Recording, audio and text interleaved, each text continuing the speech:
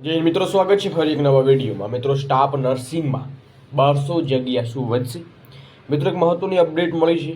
પંચાયત પસંદગી મંડળમાં સ્ટાફ નર્સની પણ ભરતી આવી છે। ઉમેદવારો 4000 પ્લસની માગણી કરી રહ્યા છે। તો મિત્રો, આજના ન્યૂઝ શું છે?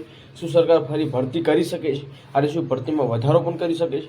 મિત્રો, આજના ન્યૂઝ ઉમેદવારોની આશા કંઈ ના કંઈ જાગતી જોવા મળી રહી છે। તો નર્સિંગ સ્ટાફના ઉમેદવારો છો તો માહિતી અંત સુધી ખાસ નિહાળજો અને નવા ચેનલ પર છો ચેનલને જરૂર સબસ્ક્રાઈબ કરજો।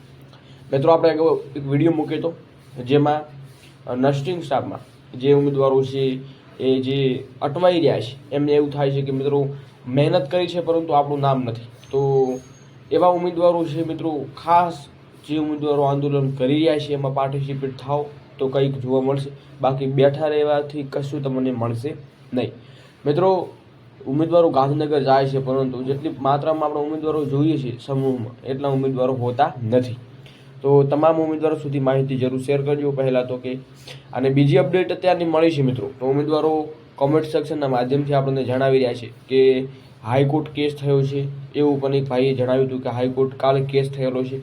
મિત્રો, હાઈકોર્ટ કેસના જે ન્યૂઝ મળ્યા નથી, ન્યૂઝ મળશે તો ચોક્કસ તમને જણાવવામાં આવશે, કેમ કે ઉમેદવારોને જો એકજૂટ થાય છે તો મિત્રો એ કોર્ટ કેસ પણ કરી શકે છે।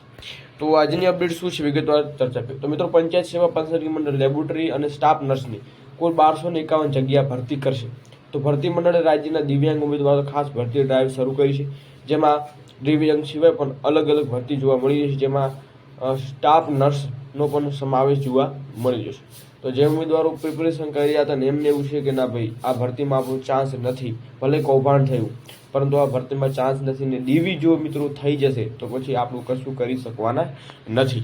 તો તમામ ઉમેદવારો એકવાર ચોક્કસ નવા એક પહેલ કંઈક કરે, કેમ કે હવે જો કંઈ ના કર્યું તો મિત્રો આપણને ખબર છે કે ડીવી પણ ટૂંક સમયમાં જોવા મળશે। તો પ્રફુલ્લ પાનસરિયા દ્વારા પણ અપડેટ આપવામાં આવી હતી કે ડીવી છે ટૂંક સમયમાં કરવામાં આવશે એવી અપડેટ આપવામાં આવી હતી, પરંતુ આજે 100 માર્ક્સનું કૌભાંડ છે એના ઉપર કોઈ અપડેટ આપવામાં આવતી નથી। તો યુવરાજસિંહ જાડેજા પણ એ બાબતે કાર્યરત છે, ટૂંક સમયમાં એનો પણ કંઈ નિકાલ જે આવશે, બાકી નિકાલ કંઈ આવે છે મિત્રો તો આપણા હિતમાં જ હોય, તમામ ઉમેદવારોના હિતમાં નિકાલ આવે, કેમ કે ઉમેદવારોની આશા છે કંઈ ના કંઈ કે બધાને સરખો ન્યાય મળે।